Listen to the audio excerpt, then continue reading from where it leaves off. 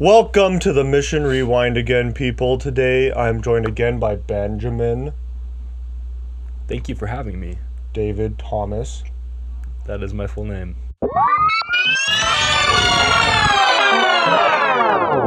So, we're in the studio today with Will Dixon, who served in the Barcelona, Spain mission in Las Vegas West. from 2022 to 2024. Okay, how long were you in Vegas? I was in Vegas for a transfer, so from August to September. Well, let's take it slow. So, in Vegas, you're only there for 6 weeks, give or take, right? Yeah, Okay. just In 6 6 weeks. weeks, were there any miracles? Honestly, yeah. I think miracles happened all the time, just on the mission. In Vegas, it was kind of slow, honestly. Like, we were out knocking doors, pounding pavement a lot. But even then, the just people like... of Sin City weren't dying to be baptized. Well, I was serving in like the downtown area. Really, like Las Vegas, it's a pretty chosen area, like pretty chosen mission. But just like where I was serving, it was like drug city. Do you want to give me an example of a not chosen mission? I can't. I don't think I can. But Those Pennsylvania guys. I know. Upstate New York. I don't know. Don't quote me on that. We're Vegas- clipping that. Vegas has a pretty populous LDS presence, right? Yeah. So what the senior missionaries, they would always say is like Vegas is like a donut. So there's like the strip, Right. which is like the middle of the donut, and then like everything around it. And there's like a ton of members just like everywhere. I remember like going to the temple and we stopped to eat, and like 3 members just like got out. And they're like, "Can we pay for y'all? Can we pay for y'all?" That probably makes sense because even in the strip, it's like they're all tourists, and Yeah. you know what I'm saying. Like they're probably not going to sit down and listen to you guys. Either way. Yeah. We never were allowed on the strip, I was and gonna so say. it was just like, Did you have a lot of red zones like that you weren't supposed to go to? honestly, yeah. No, I like, went to like Caesar's Palace for lunch every other day. Well, the funny thing is like my area, it covered like right down to where like Trump Tower is, and so we were standing on like one side of the street, and on the other side was Trump Tower. It was kind of fun, but yeah, it was just like, I don't know. It was a very interesting place. I remember like going in area book and like clicking on some red dots. It's like, this is a gang house. This is another gang house. Don't go there. We almost got shot. But it was a good place. Honestly, like I loved working with the members there. They were chill. Okay, so you were there for 6 weeks, right? So what was the transition like from Las Vegas to Barcelona? Barcelona. It was crazy. Like, I remember stepping off the plane and nothing was in English. And also nothing was in Spanish. And I was like, what the heck? Because in Barcelona, they speak another language called Catalan.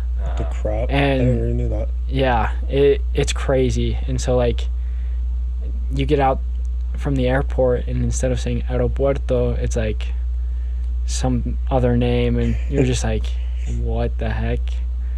What did I get myself into? But it was awesome. Didn't you like learn Catalan? Like you had a tag in that, right? Like I know you had a. Yeah, I did. Or was it like really worth learning? Because did you? Oh yeah, I would say it's worth learning, like 100%.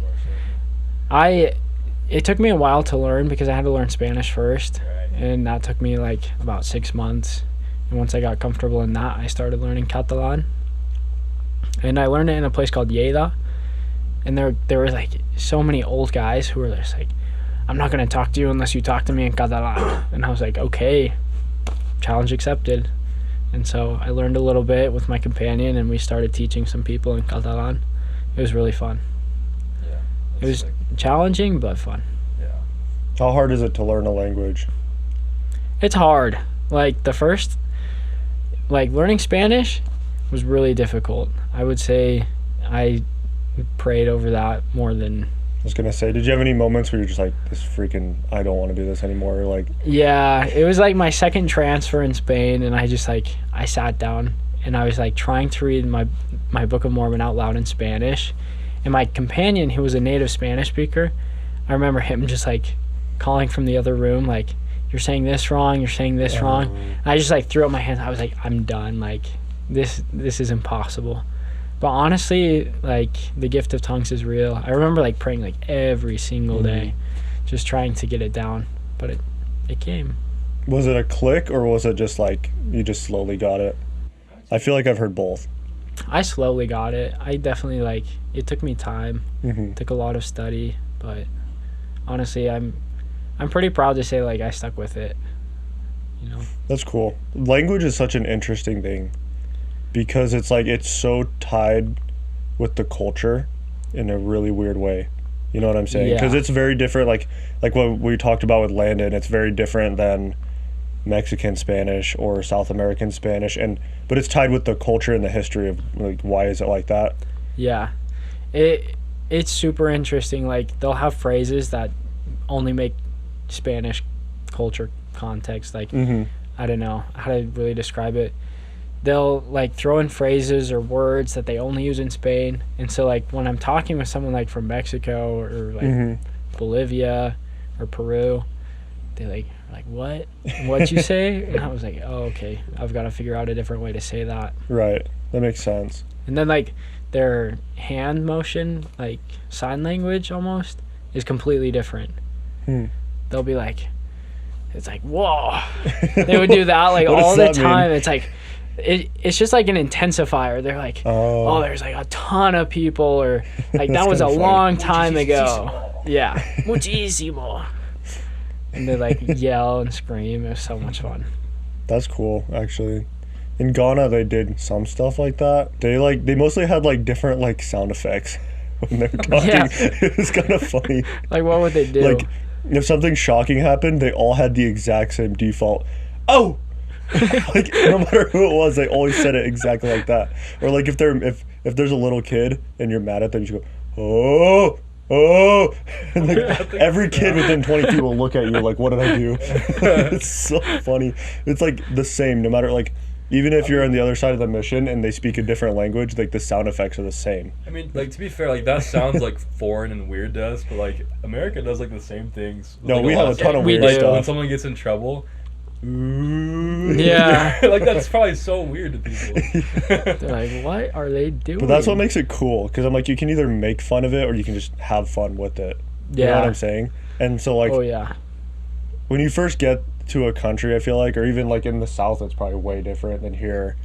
It's just like, it can be frustrating to have to kind of conform to that culture, but then you kind of hit a point where you're like, this is just like funny. Like to me, like I never thought it wasn't funny. I always like just kind of laughed inside when people did those like little mannerisms. Yeah. Because the only thing I can think is like, man, like anywhere else this is like the stupidest thing, but over here it's normal.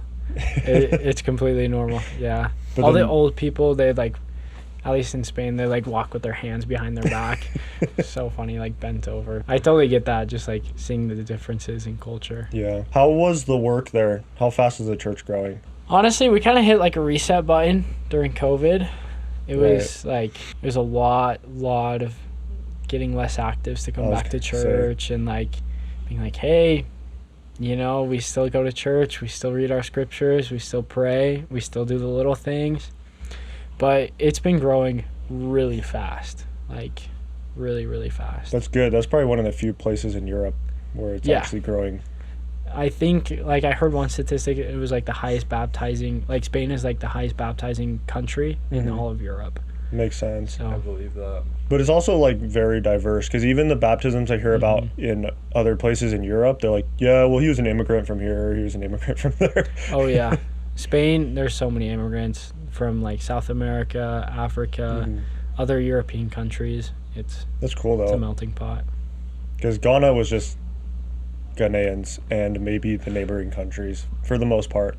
The mission was cool. We had missionaries from everywhere, but like the actual people, it's like, where are you from? Yeah, Ghana. So it's cool. It's a cool culture, but it's definitely not a melting pot. That was Florida. Is Florida pretty diverse? Yeah, it's super diverse. The more rural areas are not going to be as diverse. That makes sense. I mean, a lot of like the main difference is that like if you're white, you're a minority typically. Like in most areas in Florida and Georgia. But yeah, once you go to like the more metropolitan areas, like with like cities, like the demographic is so just versatile. Like there's so many people. There's like a lot of Cubans in Florida too. A lot of people like that immigrated from a lot of South American areas to Florida. So even like Jamaicans, like there was an area that I was in that we taught several Jamaicans. Like that was a pretty perverse culture, was Jamaican. We learned like this language. It was like broken English basically. It's called Patois. Like for example, like their greeting is like Wagwan, which just means like what's going on. It's like kind of just condensed right. one word. Yeah. Dude, Jamaica actually has like a huge cultural impact on the world for how tiny of a country it is. I know. You like here in the well, especially in like the Olympics, it's like, who's the fastest Usain Bolt? Where's he from? Jamaica. Yeah, everyone knows that. The world knows that. But anyways, back to Spain. So the work was moving pretty fast. Is it easy to get used to baptisms or to get used to having people to teach, or is it always like something special? Like, what do you mean? In like what way? Like, is it easy to just take it for granted? Oh yeah, like for sure. I think a lot of missionaries, you know, they'd go into some of the more immigrant heavy areas and they'd have a lot of people to teach. Like they would find like crazy. And I mean, lots of baptisms, lots of miracles that happened. And then you'd go into another area that, I mean, maybe it wasn't as large or not as immigrant heavy, and it was a little bit tougher to find, to teach, to baptize, but you had to make the best of your situation. Like I honestly believe that like you're put in an area for a reason, and you're there to impact the life of someone or some people. And so it honestly doesn't matter like how many people you're finding in a week. What matters is you're going out there and you're serving the Lord, and you're dedicating like 100% of your time to find his children and to remind them of the plan of salvation. That's awesome. Yeah, I agree with that. So then tell me the most satisfying time in your mission where you're just like, I'm doing the right thing, I'm in the right spot. Yeah. Whatever was actually happening in the area doesn't really matter, you know, but tell me about that. I think the most satisfying was I opened up an area with a new companion, and that was a lot of fun. Like we had no clue what we were doing. I probably was only like 6 months into the mission, and he was even less, and we were just like walking around the streets and we're like, what do we do? Like just talk to everyone. And I think it was a lot of fun. We had a lot of fun with it, and that's actually where I started learning Catalan. We talked with everyone, we joked around, we had fun, and we really got to know the culture. I think that was like, we just enjoyed every moment. We found good moments. Yeah, that's like one of the best parts of missionary work, is those moments where you're like, I have absolutely no idea like what I'm doing. I don't understand my purpose in this area with this companion, with, you know, these people, and you have to figure that out. Like it's just something that like the Lord's put you there for that purpose, to figure it out. And you know, he wants you to like rely on him, of course, to figure it out, but I think that's where the most growth occurs, and that's when you have the most fun, for sure. Oh yeah, I had experiences like that too. Definitely. It's definitely a faith growing process. Like there's like good soil and bad soil to grow faith, and that's definitely like a faith cultivating experience. Okay, then follow-up question, what was the most frustrating, like, oh man, this sucks, I'm done experience? I don't know, like in specific, like one experience. Well, just like a time you felt like that, you know what I'm saying? Yeah, I think like the most difficult times was when like a companion and I, we didn't have like the best communication in between each other, and that was always tough. Or like we wanted to do, like we just had different goals, or rather the same goal but different ways of getting there, and that was always kind of difficult. But in general, it was like I hated the rejection of some people, just being like super flaky, just like, no, I don't have time, like, oh, I have to work, yada yada yada, and like, you know that they have time. Right. You know, when it's like you know what's in store for them, where you're just like, right. We're not trying to waste your time. We're not trying to drag you anywhere, but it's just like, exactly. If you just knew, you know, like. Yeah. Like if you knew what you were giving up in that moment, mm-hmm. like you wouldn't give it up. That's the thing. Right. So. No, I agree. I think communication with companions is huge. Like I can just think of a lot of times where I'm like, where I had issues with a companion and they were never major, but I'm like, man, if I had just communicated better, it probably would have gone a lot smoother. Because sometimes it's like I'm frustrated, but my companion doesn't even know. Yeah. That, like, you know, he doesn't even know that I think that this is annoying or that I don't agree with that, because I'm just suffering in silence. Yeah, I'm just sitting there like, oh, I wish you didn't do this, and you're like, if you just talked about it, like. I know. If you like used your time wisely during like, even just like after hours, work hours, you just go and you're like, hey, you know, this bugs me. Usually like 9 times out of 10 they're gonna be super chill about it. I know, it's like. But you think in your mind like, oh, and then it's going to be awkward because of this. And like, because it is like, if you guys are beefing and you live in the same house and you do everything, like that gets awkward.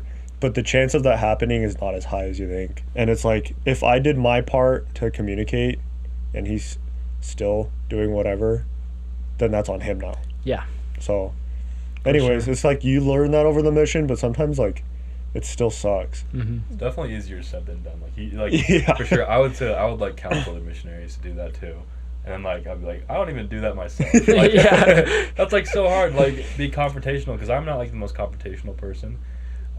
But yeah, the spirit definitely is a lot stronger, and the companionship, and you're more unified when you're able to just be open. And for sure. Did y'all see that as well? Just like. After resolving a conflict where it just like got 10 times better. Yeah. And like the work just flowed. Yeah. Definitely. I think the first real one was, it was my first African companion. I had 2 white guys. And then I was with Elder Adam from Ghana, who like, I love that guy. But the first 2 weeks were a little bit rough. And like we didn't know each other that well.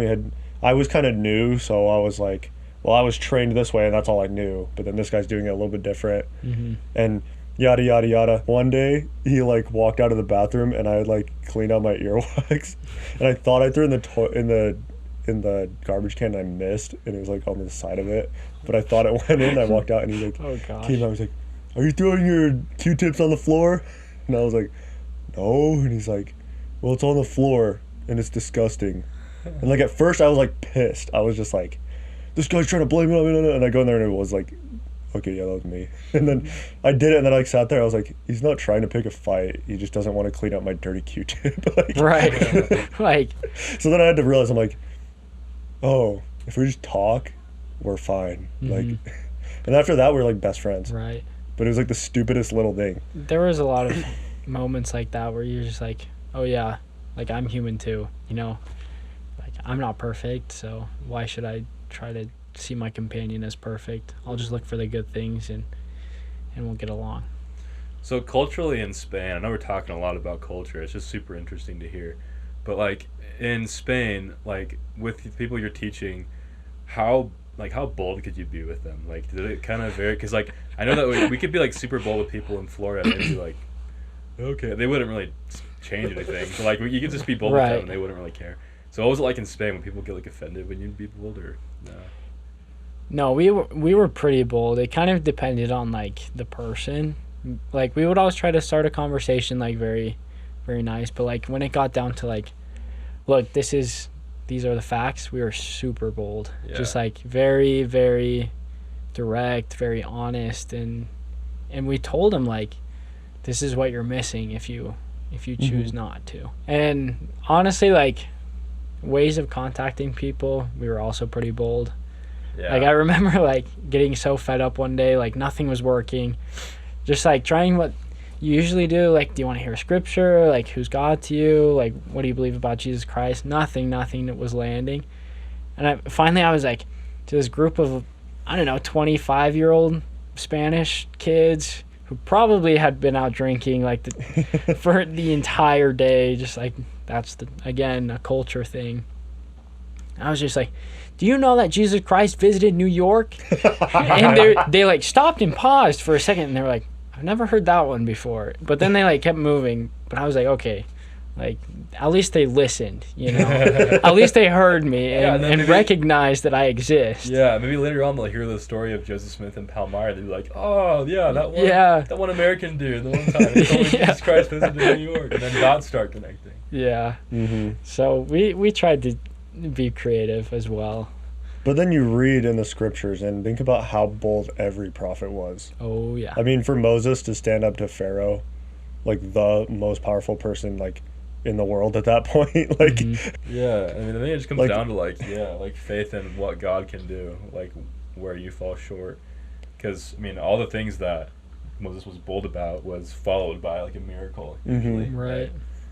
So I think God takes what you put in and he just makes it 10 times better. Exactly. Like, so if you're gonna be bold, God's gonna be bold. If you're gonna have faith, God's gonna let you exercise that faith, and he's going to show you that he's there. He is your loving Heavenly Father for sure. Dude, it's easy to get into a routine too.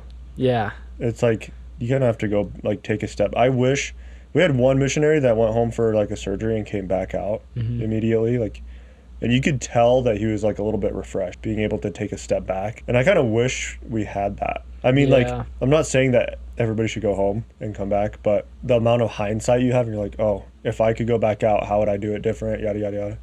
Like, you have to do it a lot different. I don't think I did bad, but like... You might focus more on like one thing or another. Yeah, because I mean, when you're in the heat of the moment and you're just like, man, I just, like, you're a missionary, like, and you're trunky, you're just like really struggling. It's like, man, what I would give to just be home and just be normal again. And then, like, you get home from your mission, you can finally do all those normal things, and then novelty wears off after, like, a week. And you're like, I just want to be a missionary again. Like, I struggled with that when I got home. Yeah. And I think, yeah, like, those missionaries who, like, went home briefly, like, in the middle of their mission for whatever reason, and then came out, and they're, like, 20 times better as a missionary. It's, like, because of that reason. Yeah. So it gives you a fresh perspective. That's cool. So then I'll end on that. This is the last question. If you could go back, what would you change? Like going back and changing, like honestly, one thing that my trainer in Spain taught me, Elder Barnes, he was British, by the way. He was a cool dude. He always told me I have no regrets for my mission. He was like, just make sure that you live every single day so that you don't have any regrets. And I think that honestly I would just do that. Like, go back and live every single day, but just have that in mind. Right. You know, like, honestly, I worked hard. And that's good. Like, there's nothing wrong with being proud of it. Right. You know? I feel like I worked pretty hard, but there's definitely, like, some things that I would change, or maybe, like, oh, I should have talked to that one person, you know? Maybe I should have done this differently, or should have taught this lesson differently, and maybe that person would have ended up getting baptized. But you can sit there and say what if to 100 things. Yeah. I mean, that's something I had to learn too. And I actually really like what Elder Barnes was saying about having no regrets, because I think that's super important. As a missionary, you know, you're living this standard of obedience that's much higher than, like, anything else you'll do in your life, minus, like, higher laws. Unless you're, like, a general authority. Right. Yeah. Yeah. Like, I don't know. Like, and it's easy to fall short now. You're going to, like, as a missionary, you're going to fall short. Like, you're not going to be perfect. Yeah. But those opportunities are presented for you to learn from them, right? And I think that's what's important about not having regrets, is that everything that happened throughout the course of your mission, even if there is, because there's times when I wasn't very obedient, and I look back and I was like, I was so stupid. Like, what was I doing? I missed out on probably so many blessings, right? Right. But looking back, and looking, like, in hindsight, I can see my whole mission at the same time, and I see that, like, I learned from those experiences, and later on I did better because of that. And so I think it is important to, like, really just not regret anything, and just take what you learned and, you know, cherish it, like, really cherish those moments. Yeah. Well, yeah, any 18-year-old that thinks he can travel and just work 11 hours a day without sinning, like, is a prideful person. Like, really, I don't know how else to say it. Like, if you seriously think that you can do that, without making one mistake, and there's missionaries that are better than others, but I don't know. Yeah, I think and that's what I realized by the end is, like, I'm gonna work hard and do all these things, but what's my goal? And I think my goal by the end was to miss my mission. Like, I wanted to live it enough that when I got home, I really missed it. Yeah. You know, I didn't want to come home and be like, well, I'm glad I'm not there anymore, you know? But I was like, I want to, like, just love it, honestly. So when you actually left Ghana and you sent out, like, your last email, you're like, I basically, like, lived my mission so that I wouldn't miss it. That became, like, one of my mottos. I was like, dang, if Matt can, like, I want to be like Matt, you know? I was like, that's a good example. That's a good motto. And so, just, like, live your mission so that you'll miss it. Yeah. Well, take notes, you aspiring missionaries. Take notes. You will miss it. I mean, so you'll miss it. Unless you had the wrong attitude for 2 whole years or however long you served.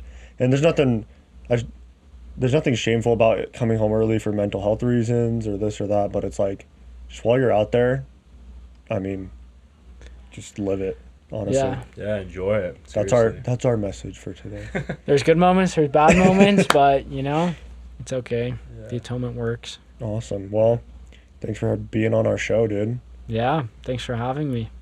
He's not single. Unfortunately. Sorry. He will be married within the month. Yeah, right. Okay. Well, thanks again. See you next week. Adios. Probably, if I get time to edit this.